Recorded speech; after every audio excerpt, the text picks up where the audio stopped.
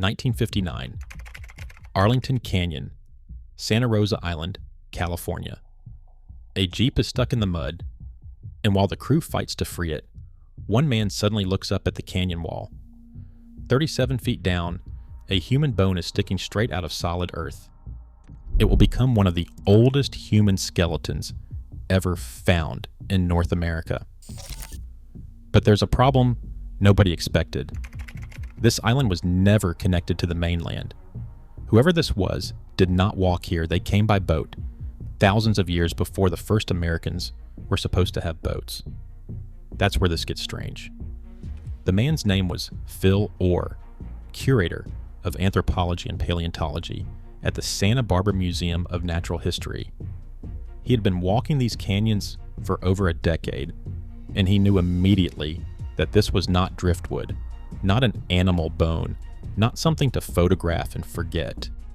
He got funding, brought in a small crew, and in 1960, they cut an entire block of earth out of the canyon wall, sediment, bone, and all, and sealed it in plaster like a fossil, ready for shipping.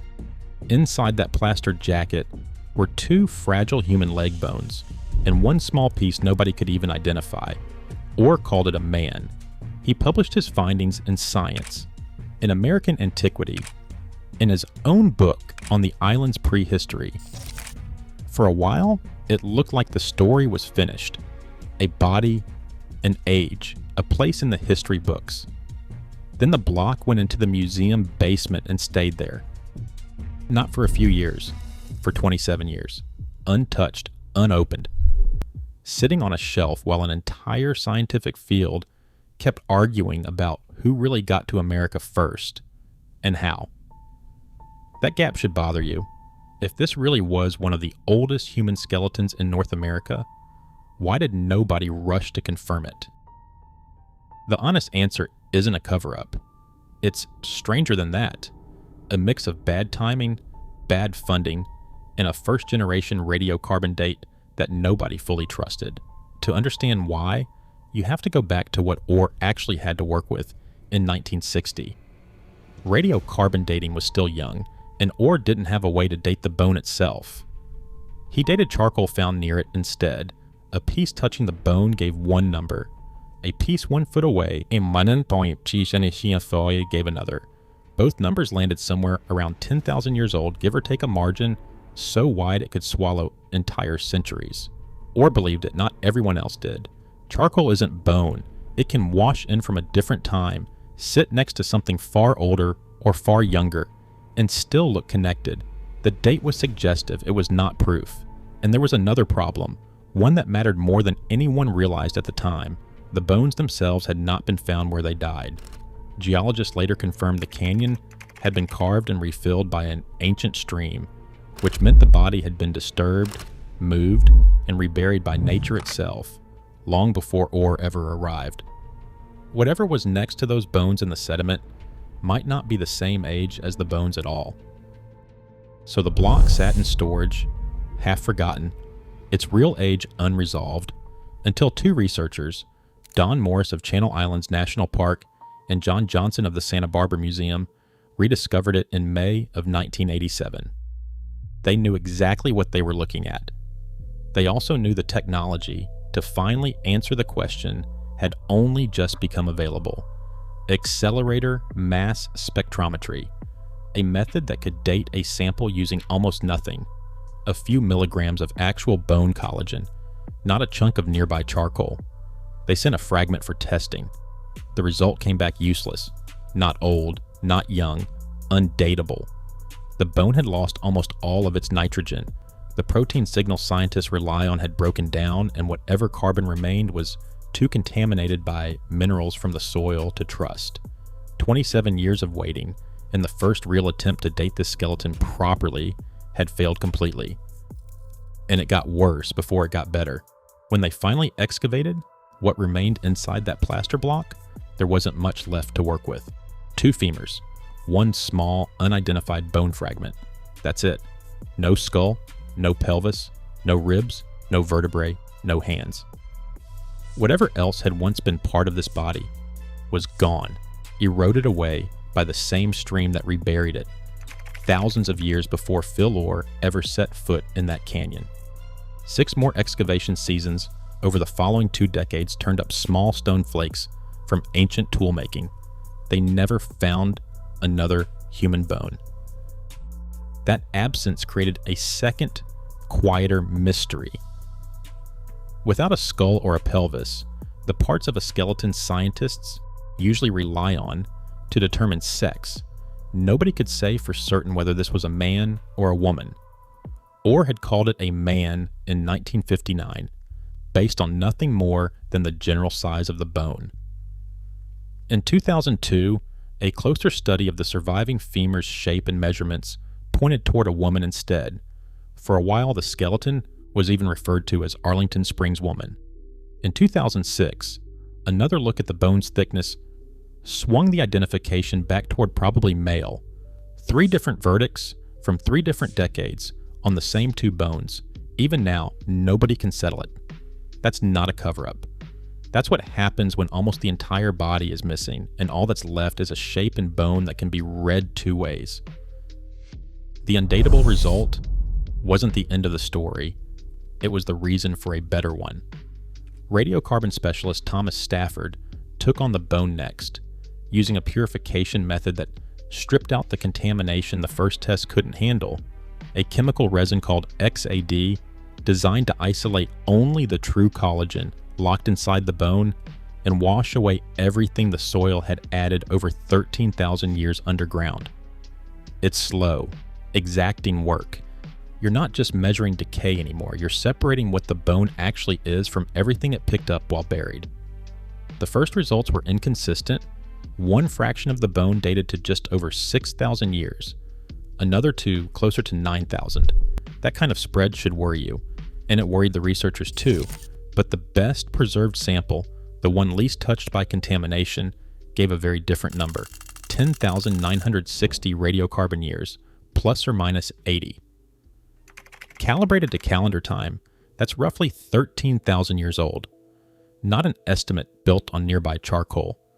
A number pulled directly from the collagen inside the person's own leg bone. Researchers didn't stop there. In the same layer of sediment, they found the jawbone of an extinct deer mouse, a species that vanished from the island long ago. They dated that too. 11,490 years. Different species, same sediment, same general window of time. It wasn't proof the 2 were buried on the exact same day, remember? This ground had been reworked by an ancient stream, but it bracketed the human bone inside a very specific, very old slice of a history that nobody could easily dismiss. Here's where the story stops being about one skeleton and starts being about the entire model of how humans reached North America. Santa Rosa Island, along with its neighbors, was never connected to the mainland by a land bridge or an ice-free corridor. At the end of the last ice age, when sea levels were lower, its northern islands merged into a single, larger landmass researchers call Santa Rosa. But even then, a channel of open water separated it from the coast. There's no version of the story where someone walks there, whoever this was, 13,000 years ago, arrived by boat. That single fact undercuts the version of history most people were taught. The dominant model for decades, often called Clovis first, held that the earliest Americans crossed from Siberia into Alaska and walked south through an interior corridor as the ice retreated, spreading out as big game hunters roughly 13,000 years ago. Coastal migration, the idea that people moved south by boat, hugging the shoreline instead of the interior, was treated for years as a fringe idea, mostly because the coastline they would have traveled is now under more than 300 feet of ocean, drowned by the same melting ice that opened the interior route. You can't easily excavate a shoreline that's been underwater for 10,000 years. Arlington Springs is one of the only places where that missing coastal evidence actually surfaces, literally, out of an eroding canyon wall. It doesn't stand alone. On nearby San Miguel Island, Daisy Cave preserves confirmed evidence of maritime life stretching back more than 10,000 years. with older deposits reaching even further. Across the Channel Islands, archaeologists have found finely made stemmed spear points and small crescent-shaped tools dated to roughly 12,000 years ago. And not one single Clovis-style fluted point has ever turned up on these islands. Different toolkit, different technique, possibly a different cultural tradition entirely, one built around boats and shellfish and open water instead of mammoth herds on open plains. Which brings up the mammoths anyway, because the islands had their own, a dwarfed species that had shrunk to survive on limited land, and a nearly complete pygmy mammoth skeleton was found not far away, dated to around 12,800 years ago. Same window, same island. It's tempting to connect the dots, early islanders hunting a miniature giant into extinction. The National Park Service is blunt about it. There is no conclusive evidence anyone ever hunted these mammoths. It's a theory, not a finding. But the timing alone is the kind of detail that keeps researchers up at night. You'd think a date like this would come with DNA to back it up, a clean genetic thread connecting this person to a known population. The way modern investigations usually work. It doesn't. The bone had degraded too badly. No usable DNA ever came out of it, and none ever will now. But DNA has answered this exact question elsewhere, and it's worth knowing what it found. An infant buried in Montana around 12,800 years ago, the only human skeleton ever directly linked to Clovis culture, had his full genome sequenced in 2014.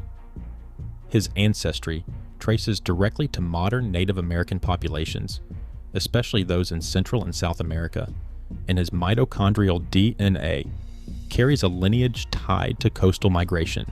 A separate skeleton found in Washington state and fought over in court for 20 years before finally being tested, turned out to be more closely related to living Native Americans than to any other population on Earth. Two different bodies, two different fights, same conclusion. The people who left these bones behind are not a mystery outside history. They are ancestors. So what happened to the actual bones, the two femurs, and that one unidentified fragment that started all of this?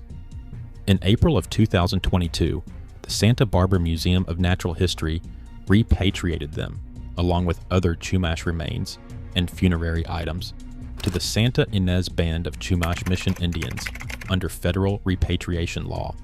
The museum's president called it deeply satisfying to finally return what they had cared for. The tribal chairman called it coming home.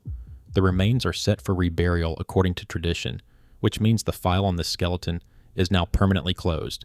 No new scan, no new test, no revisiting the sex debate, the exact age, or anything else. Whatever science knows about Arlington Springs, it knows for good, frozen at the last analysis, anyone will ever be allowed to run. That closure creates real tension. For decades, scientists treated skeletal remains like data, numbers to extract, tests to run, papers to publish. Federal law now says otherwise. Human remains belong first to descendant communities, not to institutions, and no amount of unanswered scientific curiosity outweighs that. Some researchers quietly wish they'd had another decade of access. Nobody with any sense argues the bones should have stayed on a shelf. There's a deeper continuity in that decision that the label on a museum case never quite captures. John Johnson, the researcher who helped date these bones, has said it plainly. People showed up on this island roughly 13,000 years ago and evolved, over time, into the people we know today as the Chumash, a maritime culture built entirely around canoes, open water, and the sea. The skeleton in that canyon wall isn't a dead end in the historical record. It might be the beginning of a line that never actually broke. And the canyon itself hasn't stopped moving. The same erosion that exposed the skeleton in 1959 is still active today, still cutting into the bluffs and arroyos across Santa Rosa and the other Channel Islands. Researchers have mapped thousands of archaeological sites along this coastline, shell middens, ancient house pits, tool scatters, and warned, in blunt terms, that rising seas and retreating cliffs are putting a huge share of them at risk. Nobody is stationed at every eroding bluff with a camera and a trowel. Most of what washes out will simply wash away, unnoticed, unrecorded, gone before anyone realizes what it was. That's the part of the story that should actually unsettle you. Arlington Springs wasn't found because science went looking for it. It was found because a Jeep got stuck in the mud and a man happened to glance up at exactly the wrong or exactly the right moment. The evidence had already survived 13,000 years underground. It nearly didn't survive one accident of timing. Somewhere out there, right now, another canyon wall on another island is quietly falling apart. Another sliver of bone, another fragment of tool, another piece of a story nobody has told yet, is easing out of the sediment a little further with every storm. It might wash into the Pacific next winter. It might sit exposed for another decade before anyone looks up and notices. The bones that rewrote the story of the first Americans are back in the ground now, this time for good, resting under a canyon wall that is still quietly coming apart.